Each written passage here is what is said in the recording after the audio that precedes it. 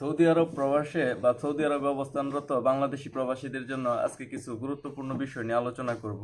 অবশ্যই সাথে থাকবেন এবং লাইক কমেন্টস করে পাশে থাকবেন। ইকামা অথবা পাসপোর্ট নাম্বারে হুরুফ এখন আর কাটা যায় না। ইকামা নাম্বারে আপনার ইকামাতে যদি হুরুফ থাকে বা পাসপোর্টে যদি হুরুফ থাকে তাহলে এটা এখন আর কাটা যায় না। 29 জানুয়ারিতে হুরুফ কাটার সুযোগটা বন্ধ হয়ে গেছে। মানে এই যে 2025 সালের 29 জানুয়ারি যে চলে গেছে, এই পর্যন্ত কিন্তু একটা সুযোগ দিছিল সরকার যে ইকামাতে বা পাসপোর্টে যদি হুরুফ থাকে তাহলে এই হুরুফগুলো কাটা যাবে। তো এই সুযোগটা কিন্তু বন্ধ হয়ে গেছে। এখন আসি এক্সিট বিষয়ে। কফিল এক্সিট দিলে শুধুমাত্র কফিল ছাড়া অন্য কেউ এক্সিট কাটাতে বা তুলতে পারবে না, উঠাতে পারবে না। মানে যে কফিল, মানে আপনার যে কফিল আছে ওই কফিল যদি আপনাকে এক্সিট দেয় এবং তাকেই তুলতে হবে, অন্য কেউ তুলতে পারবে না। আর অন্য কেউ যদি তুলেও, ধরেন টাকার বিনিময়ে যদি তুলে, তাহলে সেটা কিন্তু বৈধ না, অবৈধভাবে তুলবে আর কি। একমাত্র বৈধভাবে যদি তুলে তাহলে আপনার কফিলই আপনার এক্সিটটা তুলতে পারবে, অন্য কেউ না। ইকামা এক্সপায়ার হলে কফিলের অনুমতি ছাড়াই কাফেলা হওয়া যায়। আপনার ইকামা যদি এক্সপায়ার হয় তাহলে কফিলের অনুমতি ছাড়াই কি হওয়া যায়, কাফেলা হওয়া যায়। নতুন নিয়মে ইকামার মেয়াদ ন্যূনতম 1 মাস থাকলে কফিল এক্সিট দিতে পারবে।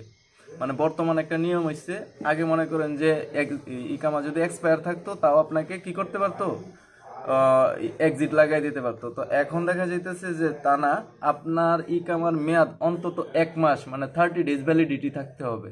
যদি আপনার ইকামার 30 ডেজ ভ্যালিডিটি থাকে তাইলে আপনার কফিল কি করতে পারবে, আপনারে এক্সিট লাগাইতে পারবে। এখন আসি টার্মিনেট দেওয়ার 60 দিন চলে গেলে হুরুপ প্রাপ্ত হয়ে যায়, টার্মিনেট হুরুপ কাটা যায় না। এখন টার্মিনেশন কি, এটাকে আপনাকে বুঝতে হবে। মানে আপনি ধরেন একটা কফিলের কাছে আছেন, এখন সে বলতেছে যে আপনি তার কাছে নাই, মানে সে আপনাকে টার্মিনেশন করে দিছে আর কি। ঠিক আছে, আপনি কাজে নাই, এই মানে 15 দিন 20 দিন যাবত আপনি কাজে নাই, এই ধরনের একটা আইনে সে আপনাকে কি করবে, মানে টার্মিনেট দেখাবে আর কি। ওই টার্মিনেট দেখাইলে কি হবে, 60 দিনের মধ্যে যদি আপনি কোথাও কাফেলা হইতে পারেন তাহলে আপনি বৈধ। আর যদি 60 দিনের মধ্যে কোথাও কাফেলা না হইতে পারেন বা দেশেও না যাইতে পারেন তাহলে কিন্তু আপনি হুরুপ প্রাপ্ত হয়ে যাবেন। হুরুপ মানে একটা মামলা আর কি, গেতামাল আমেল মানে পলাতক। ঠিক আছে, ওই রকম আর কি, একটা মামলা হয়ে যাবে, আর কিছুই না। তো কাফালার জন্য তলবের মেয়াদ 14 দিন। ধরেন আপনার নতুন কোনো কফিলরে দিয়া আপনি কাফেলা করতে গেছেন আর কি। ঠিক আছে, নতুন নতুন কোথাও আপনি এক জায়গায় ছিলেন, তো এখন নতুন এক জায়গায় কাফেলা হবেন আর কি। তো ওই ক্ষেত্রে আপনার একটা তলব দিব আর কি। ওই তলবের মেয়াদ থাকবে 14 দিন। 14 দিনের আগে নতুন তলব দেওয়া যায় না। মানে আপনি যদি চান যে আপনার এক জায়গা থেকে তলব দিচ্ছে, আবার আর একটা তলব দিবেন অন্য জায়গা থেকে, এটা পসিবল না। মিনিমাম 14 দিন আপনাকে অপেক্ষা করতে হবে। 14 দিন পর আবার নতুন করে আপনি তলব দিতে পারবেন। আফসিরের পাসপোর্টের মেয়াদ থাকলে, আপনার আফসিরে যদি পাসপোর্টের মেয়াদ থাকে, মূল পাসপোর্ট ছাড়া ইকামা করা যায়।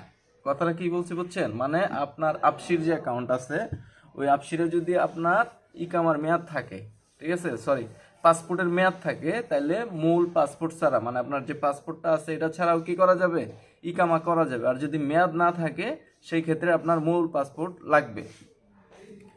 হাউস ড্রাইভার আমেল মঞ্জিল হুরুপ কাটার কোনো সুযোগ নাই।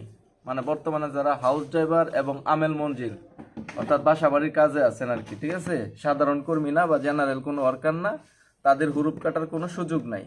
কফিল ছাড়া ছুটি কিন্তু লাগানো যায় না। কেউ যদি বলে যে কফিল ছাড়া আপনাদের ছুটি লাগাই দিব, এটা মিথ্যা কথা। মানে কফিল ছাড়া কোনো ছুটি লাগানো যায় না। অর্থাৎ আপনি কোম্পানিতে আছেন সেটা ভিন্ন কথা, দেখা গেছে যে কোম্পানির ম্যানেজারের মাধ্যমে বা মুদিরের মাধ্যমে আপনি ছুটি লাগাইতেছেন, সেটা ভিন্ন কথা। কিন্তু এখানে কফিল আছে, কফিল ছাড়া কিন্তু আপনার ছুটি লাগবে না। তো আশা করি আপনারা আমার এই ভিডিওগুলা দেখবেন, এবং যদি আপনারা উপকৃত হয়ে থাকেন আর কি, তাহলে আমার এই ভিডিওগুলা আপনাদের আত্মীয় স্বজন যারা সৌদিতে অবস্থানরত প্রবাসী আছে তাদের কাছে শেয়ার করে দিবেন।